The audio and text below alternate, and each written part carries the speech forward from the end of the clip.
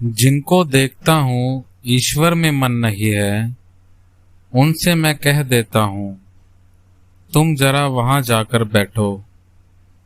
अथवा कह देता हूँ जाओ, सुंदर बिल्डिंग है, रानी रासमणी का काली मंदिर आदि देखो जाकर।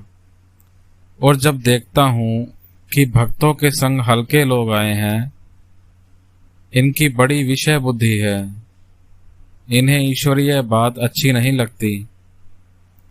संभवतः भक्त लोग बहुत देर तक ईश्वरीय बातें करते हैं, इधर ये अधिक नहीं बैठ सकते, छटपटाते हैं। बार बार उनके कान में फुसफुस करके कहते हैं कब चलोगे, कब चलोगे। वे शायद कभी तो कह देते हैं ठहरो ना भाई, अभी थोड़ी देर में चलेंगे। तब ये विरक्त होकर कहते हैं अच्छा, तो फिर तुम बातें करो, हम नौका में जाकर बैठते हैं। संसारी मनुष्यों को यदि कहो कि सब त्याग करके ईश्वर के चरण कमलों में मग्न हो जाओ, तो यह बात वे कभी नहीं सुनेंगे। इसीलिए तो विषयी मनुष्यों को आकर्षित करने के लिए गौर निताई दोनों भाइयों ने मिलकर परामर्श करके यह व्यवस्था की थी। मागुर माछेर झोल, युवती मेयर कोल, बोल हरि बोल। प्रथम तो इन दोनों के लोभ में बहुत से लोग हरि बोल बोलने के लिए जाने लगे। फिर हरि नाम सुधा का तनिक सा स्वाद पा लेने पर समझ सकने लगे कि मागुर यानी मछली का झोल कुछ नहीं है। हरि प्रेम में जो अश्रु गिरते हैं वही है। युवती स्त्री है पृथ्वी, युवती स्त्री की गोद में अर्थात धूल में हरि प्रेम में लोटपोट होना। निताई किसी न किसी प्रकार से हरि नाम करवा लिया करते। चैतन्य देव ने कहा था ईश्वर के नाम का बड़ा महात्म्य है, शीघ्र फल नहीं भी हो सकता है, किंतु कभी न कभी तो इसका फल होगा ही। जैसे कोई घर की कगार पर बीज रख गया था, बहुत दिन बाद घर ढह गया, तब वही बीज धरती पर गिरकर पेड़ बन गया और उसका फल भी हुआ। जैसे संसारियों में सत्व रज तम 3 गुण होते हैं, वैसे ही भक्ति के भी सत्व रज तम 3 गुण होते हैं। संसारी व्यक्ति का सत्व गुण कैसा होता है जानते हो?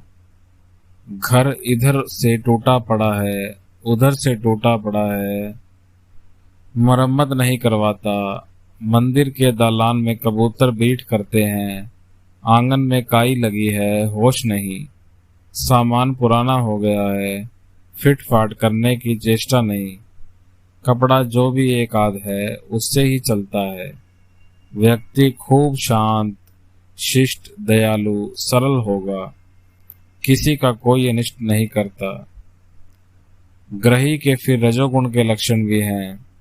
घड़ी, घड़ी की चेन, हाथ में 2-3 अंगूठियां, घर का असबाब खूब फिटफाट, दीवार पर रानी की छवि, राजपुत्र की छवि, किसी बड़े मनुष्य की छवि होगी, मकान पर लिपाई पुताई आदि हुई, जैसे कहीं पर भी एक दाग नहीं, नाना प्रकार की बढ़िया पोशाकें होंगी, नौकरों दासों की पोशाकें इत्यादि इत्यादि समस्त होगा। ग्रही संसारी के तमोगुण के लक्षण होते हैं निद्रा, काम, क्रोध, अहंकार इत्यादि। और भक्त का सत्व होता है। जैसे भक्त का सत्व गुण होता है, वह अति गोपन में ध्यान करता है। वह संभवतः मसहरी के भीतर ध्यान कर रहा है। सब समझते हैं ये सोए हुए हैं, लगता है रात को निद्रा नहीं आई, तभी उठने में देर हो गई है। इधर शरीर के ऊपर प्यार केवल पेट के निर्वाह तक ही है, साग रोटी मिल गया तो बस हो गया। खाने आदि में दिखावा नहीं, पोशाक का आडंबर नहीं, घर के असबाब आदि पर चमक दमक नहीं। और सत्वगुणी भक्त खुशामद करके धन नहीं लेता। भक्ति का रज होने पर शायद हो सकता है उस भक्त के तिलक लगा हो, रुद्राक्ष की माला हो, उसी माला के बीच बीच में एक एक सोने का दाना भी हो। जब पूजा करता है तो सिल्क की धोती पहनकर पूजा करता है। भक्ति का तम जिसका होता है उसका विश्वास ज्वलंत होता है। वैसा भक्त ईश्वर से जबरदस्ती करता है, जैसे डकैती करके धन निकाल लेना, मारो काटो बांधो, डाका पड़ने जैसा भाव।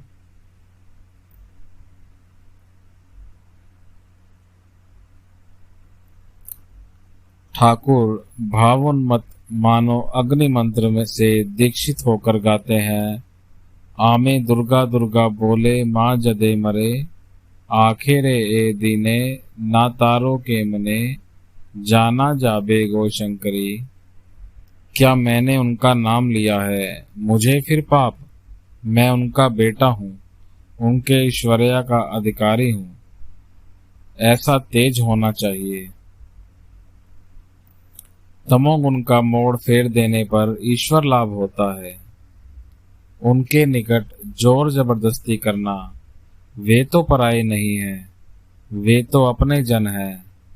और फिर देखो, इसी तमोगुण को अन्य के मंगल के लिए व्यवहार किया जाता है।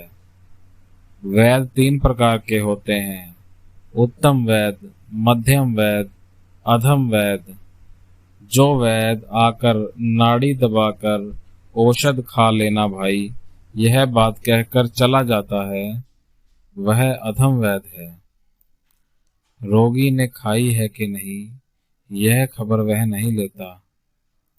जो वैद रोगी को औषध खाने के लिए बहुत प्रकार से समझाता है, जो मीठी वाणी से कहता है, अरे भाई औषध बिना खाए ठीक कैसे होगे? प्यारे भाई खा लो जी, लो मैं स्वयं दवाई खिला देता हूँ, लो खाओ, वह मध्यम वैद है। और जो वैद देखता है कि रोगी किसी भी प्रकार से औषधि नहीं खा रहा है, तो छाती पर घुटने रखकर जोर से औषध खिला देता है, वह उत्तम वैद है। यही तो है वैद का तमोगुण। इस गुण से रोगी का मंगल होता है, अपकार नहीं। वैद की भांति आचार्य भी तीन प्रकार के हैं, जो धर्मोपदेश देकर शिष्यों को फिर कोई खबर ही नहीं लेते। वे आचार्य अधम हैं, जो शिष्यों के मंगल के लिए उन्हें बार बार समझाते हैं, जिससे वे उपदेशों की धारणा कर सकें।